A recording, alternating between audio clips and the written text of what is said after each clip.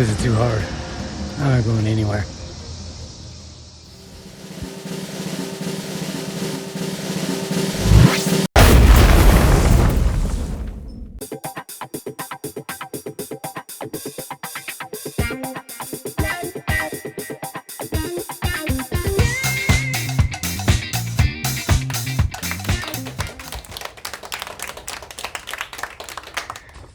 All right, YouTube. Welcome to the BA Life-Adelic studio. Today, we're talking about bug in, bug out. What are you going to do? We'll start out. I'm going to talk about a little concept that I have called VPAN. Vision, process, achievement, next. So you want to have, with any project, you want to have vision. You want to think through that stuff. Think what your end product is going to be. And then you're going to have the process, which is the work. What are you going to do to make that vision happen? And then you're going to have the achievement. You're going to realize that vision. And then you got next. You're going to move on to the next project. So when you're talking about bug in or bug out, my vision is that I'm staying here. I'm going to bug in and stay here where all my stuff is as long as I can. Now, you're going to have to make a decision at some point that you're going to have to leave. At least I will. I don't have the resources to be able to stay for an extended period of time. I don't have a lot of water storage. I do have a place where I can get water, I can filter it, and I can store it on a short term. I don't have a whole lot of food storage. I do have long-term food, free-dried food. I do have that stuff. And then we have, whatever we have in the pantry at the time. We could get through that part. But there's going to be a point, depending on the scope of the disaster, where we're going to have to say, okay, we got to leave. And then we will have to bug out. But that is not our plan. Our plan is to stay put and enjoy what we have right here until we have to leave. Now, the decision process that you're going to have to make is going to depend on where you are. Now, obviously, if the disaster is a flood and you live next to a river, you're going to have to leave pretty fast.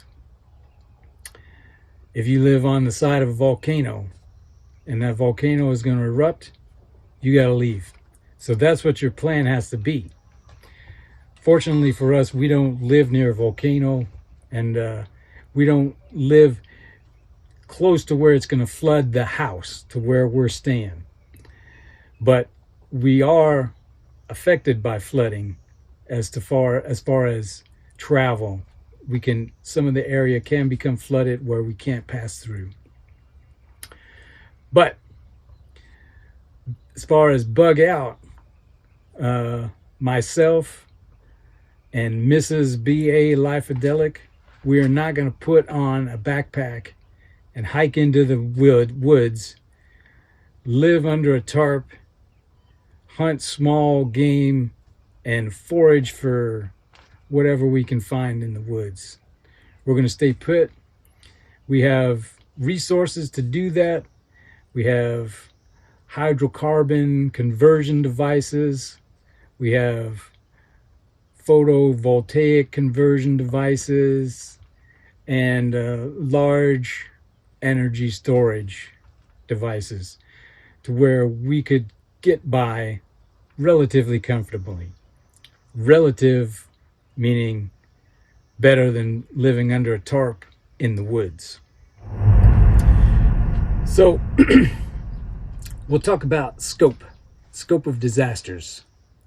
So you want to be conscious of what the scope of the disaster is. You could have a minor, small scope disaster, which is short time, just local, which would be like recently here in our area, we had a lot of rain, and we had some flooding that, once again, didn't affect the house, didn't affect this location, but it did affect how we could travel to different places around the community and our house. Now, you don't need to panic. It's short term. That lasted about 3 days. And there was ways that we could compensate, and we were able to function normally. Then you could have a minor large scope, which is like a regional disaster. Regional being like perhaps like a blackout, maybe a blackout in a statewide area to where you have no electrical services in businesses and homes, and it affects you for a medium amount of time, maybe 2 weeks.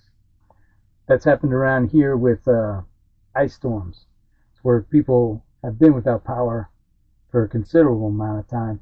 I wouldn't say considerable, but a longer period of time, 2 to 3 weeks.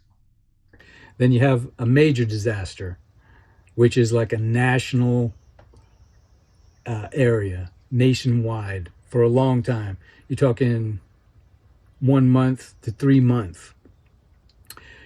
And that's going to be that's going to be the edge of what our resources are, what our capabilities are. Then you're going to have a global disaster, which is obviously huge. So what we'll probably look at is like the major disaster, which is going to be 3 months or longer on this national thing, because global is going to be a national thing too. So you don't have to really make a difference between them. So we're going to look at that 3-month period. So the reason we're going to stay here is that we have the resources to be here, and we understand that it's going to be a long time, 3 months or longer, and that ability for us to stay here gives us the time to make a better informed decision about where to go when we do have to leave. Now, there's a thing called WROL, which means without rule of law. So there's a good video that a channel called Magic Prepper did, and he says WROL is a myth. And when I watched that, I agreed with him, because whatever rule of law is currently happening in your community will simply be replaced by something else when a disaster happens and that breaks down. So if we have the resources here to be able to stay, we can look to find out what is the best next alternative to what we had. So you want to be conscious of that. So that's what we do the prepping for. That's why we have our stuff here, is to be able to stay in place long enough to make a well-informed decision, and hopefully, and hope is a poor plan, but hopefully the current governmental situation would be able to adjust and provide for society in the form of shelter, food, water, all those sorts of things. So once we reach that limit, then we're going to have to bug out.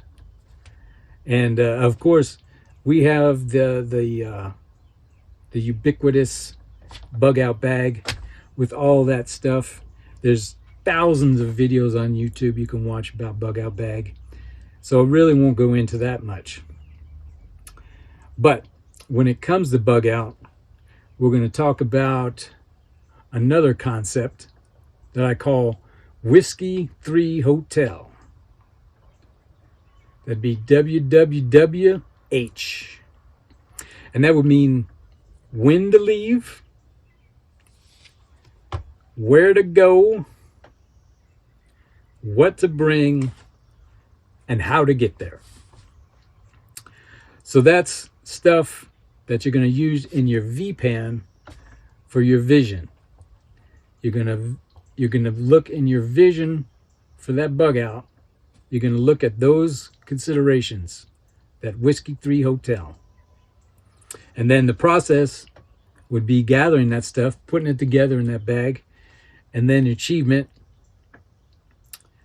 would be that bag and that plan ready to go. And then the next would be, once you get to where you're going, what are you gonna do? How are you gonna get by? So that's sort of our plan for bug in, bug out, and the reasons why we do it. So maybe this helps you out, hopefully. So now we're going to do a little shakedown. What I have is in my V-pan, my vision process achievement next. Considering once I do have to leave here, what my first goal is going to be is to find a shelter that provides, obviously, shelter, food, water, run by an organization that isn't lawless. You know, hopefully the government that is insane. And probably disappointing for a lot of people, but like I said, we don't have the resources here, the capability to have a self-sustained homestead sort of situation here. We can't really grow long-term food. Like I say, we can't store a lot of water. And we're just going to become, if it's a long-term disaster, we're going to become one of that horde. But we don't want to be in that horde right away. We want the situation to settle down to where if there's shelters, they're well established and it's not a panic mode. So what we have is, obviously we have our bug out bag that's got those stuff in there. It's got, you know, our chones, some beef jerky, trail mix, stuff like that. Then I made a thing, I was originally calling it an escape box, but I've changed that. I call it a comfort box now. So it's a trunk, a travel trunk that I've put a number of items in there, mostly comfort, recreation items, that's intended for being in expeditionary shelters with expeditionary sleeping conditions. And if you've ever done that, if you've ever slept on an expeditionary sleeping device for an extended period of time, or had to be in an expeditionary structure for an extended period of time, it becomes uncomfortable. So that's why I put together this box, put it on wheels, can roll it around with the intent of being relatively comfortable. Now, relative to, you know, like I said, being under a tarp in the woods. So we'll do a showdown of that box here and let you know what's going on. So here we are. I put this on here to help keep it a little bit water repellent. You're not going to make anything waterproof. And I can guarantee that at some point during your bug out adventure, you're going to run into some water. So take that off. Now strap down to the cart. I've got that lock on there. I put that particular lock on there so that I can run a cable through there. And when we're in a shelter, using those expeditionary sleeping devices, I can run a cable through our bags, around the cots, expeditionary sleeping devices, and then into this lock.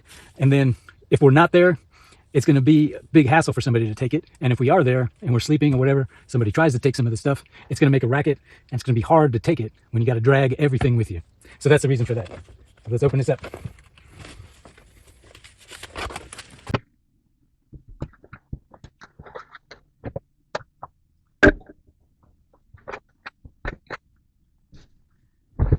So here we go. That's the cable I talked about. You can run it through that lock, run it through the bags, around the cot, keep everything secure. I'll put this elastic thing in here, hold stuff in the lid. Got some zip ties. These are some wash rags. These are plastic gloves, come up past your elbow. And shoe covers, they come up boot height. That's just like I said, you're gonna run into some water. You don't wanna get soaking wet. That's a folding bucket. You can carry some water if you're in the shelter. These are some fancy arm covers. Just might need it. Got those on the Temu. This is a cushion. I made this cushion. It's made with some insulation, this type of insulation, some moving blanket material, and covered up with this water repellent material. Now, it'll sit on top of that. If you got to wait in line for a long time, you can sit on there. You have to sit on the floor. That insulation, if it's cold, it's going to help keep your heat in. Not going to transfer through your butt. In a heat, same sort of thing. If you're lucky enough in your expeditionary structure to be against the wall, you can lean that against the wall, give you a little comfort. Now, here's the comfort stuff. Now, I try to put everything into a water-resistant apparatus. This Ziploc bag. I got these giant bags on the Temus. This is a Scrabble board because you're going to be tremendously bored when you're in that shelter. You're going to want something to do. Here's some extra water-resistant packaging.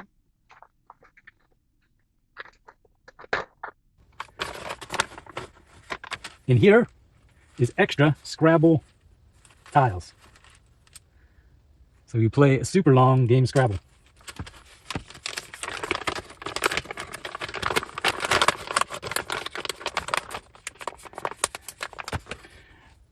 Got this from the Temus. That's supposed to be a stainless steel scrubbing thing. You don't know what you could use that for. Card game of Scrabble. This is a little piece you can use. Now what this is intended for is to use with the dice game. We have Yahtzee. So you can shake your dice board in here. It's not going to make a lot of noise. If you're around a bunch of people, someone might get aggravated if you're making a lot of noise playing a game. Got a folding bowl. You could use it to eat. You could use it for washing up. You can get some water from the latrine at the shelter. Folds up flat. This is just a scarf. I had it scarfed from my military days. Just put it in there just in case. Oh, sorry. This is not a scarf. This is one of those microfiber towels. Figure you got that. You can use it in conjunction with another towel. Keep yourself dry after you get a little shower when you're in the shelter. This is a sleeping bag. It's very lightweight. It's a sleeping bag liner. What's intended for if you go in there and you have your expeditionary sleeping device, and if at that shelter they've given you some bedding, blanket or something like that, this you can put in between yourself and that blanket. Give yourself a little bit of extra hygiene.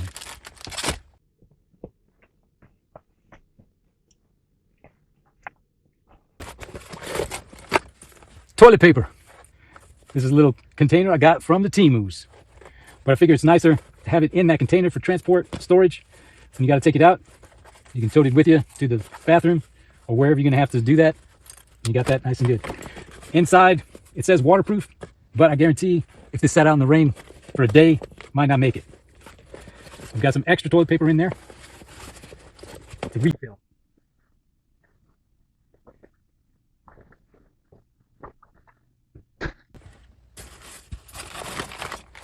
Wipes. It's a handy little holder for your wipes.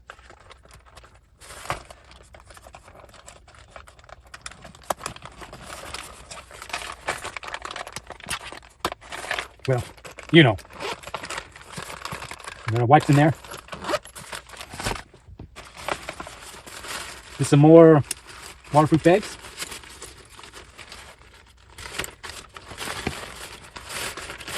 Another waterproof bag.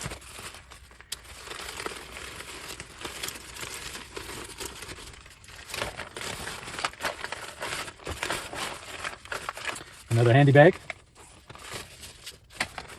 And we got calculator, radio that picks up NOA weather. We've got a cool light, has a red light. If you're in a shelter, like once the lights go out, you got to do something. It's nice to have a red light because it doesn't bother folks as much. People tend to get angry when they're sleeping. Somebody turns on a light. And we've got these lights for reading. And I'll show you another thing here we got for that. For reading or just walking around at night, but we prefer the red light. But these, the Mrs. B.A. Life-Adelic for Christmas got me one of these one year, and I thought they were really cool, and they work well, so I bought a bunch.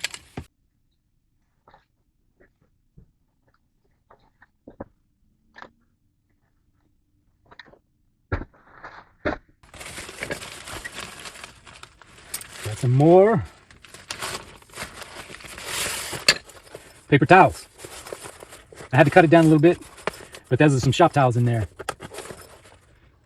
so you can wipe yourself off.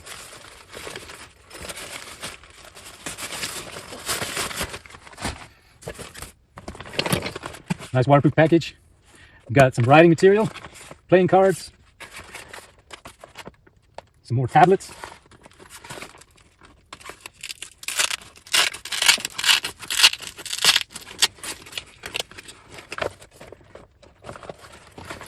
Crossword puzzles. You can get these at the Dollar Tree. They're $1.25 now. Scrabble score sheets, Yahtzee score sheets. You're going to need to be entertained.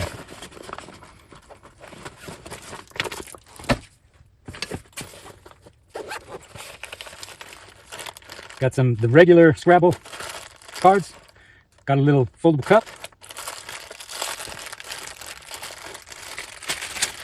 Chess and checker set. Entertainment. Some little dice in there. I don't know what we'd use it for. I don't know how to play chess, but I'd imagine have enough time to learn. Those are the tile holders for the Scrabble game. Now I have more than one of these tarps in here. Now this could function if you had to wait outdoors for a long time. Cover it up if you were raining, even in the sun. Cover you up, block your sun. Or even when you're in the shelter, if it's warm weather, you don't need a wool blanket when you're laying down. If you want to take a nap, you could use one of these to cover up. It wouldn't be so hot. Now this here, I made a pole. Put it together. I'm going to have a base that goes on it. What we do is set that up next to the expeditionary sleeping device. Attach it with one of these. And then those lights that I showed you previously, hanging on there. If you want to read at night, you can hang it there. You don't have to have it. You don't have to hold it. Also, set this there with your expeditionary sleeping device, and in that massive crowd of people, hundreds of people, if you're in the middle of it, you can see where your space is. I've got some reflective banners here I would hang on there and stuff. So from a distance, you can see you wouldn't have to wander around to try and find your space. And also, if you were outside, that could work to hold up a tarp. That's the base for that. Super stretchy. Never know when you need that. Laundry bag. Hopefully, hope is a poor plan, but hopefully in that shelter they'd have a laundry facility or some sort of system to do laundry. Put your dirty chonies in there. In here, we got some cordage. Various bungees, cordage. Attach what you got to attach.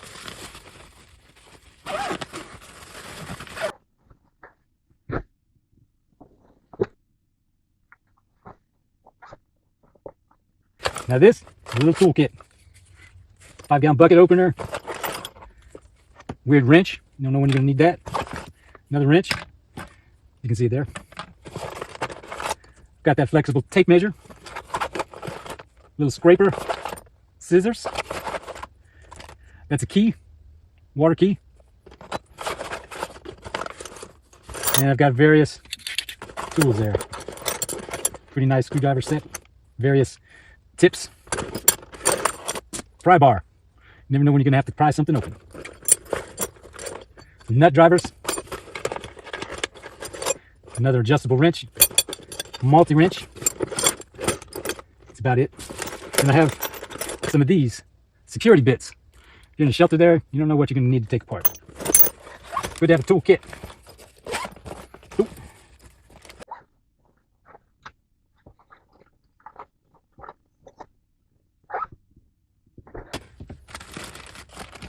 Got some bungees, batteries.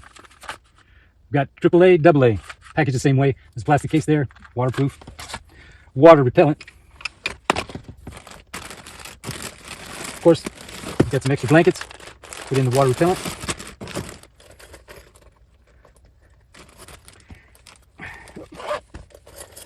Then we have a jumbo of clips, straps, rubber bands, attachments, various clips, pot holder. You don't know what you might need, but we're gonna have it.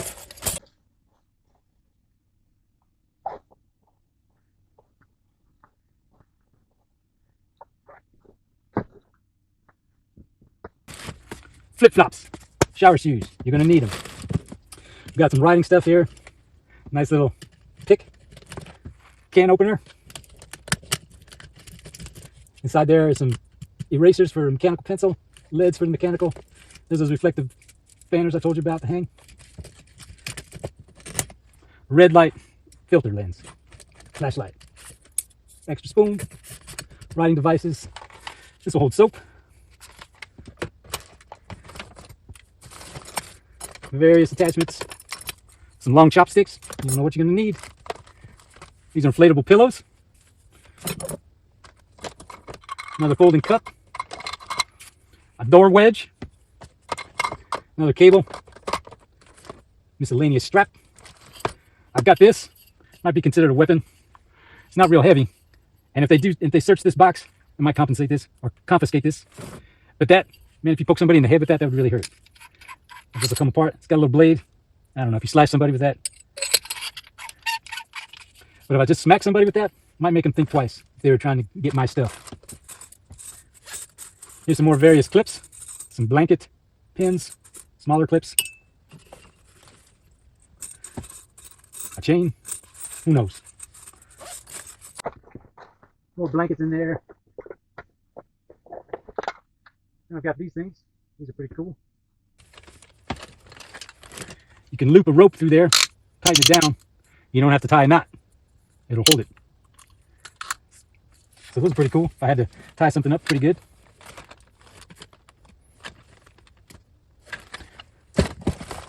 I think that's going to about do it.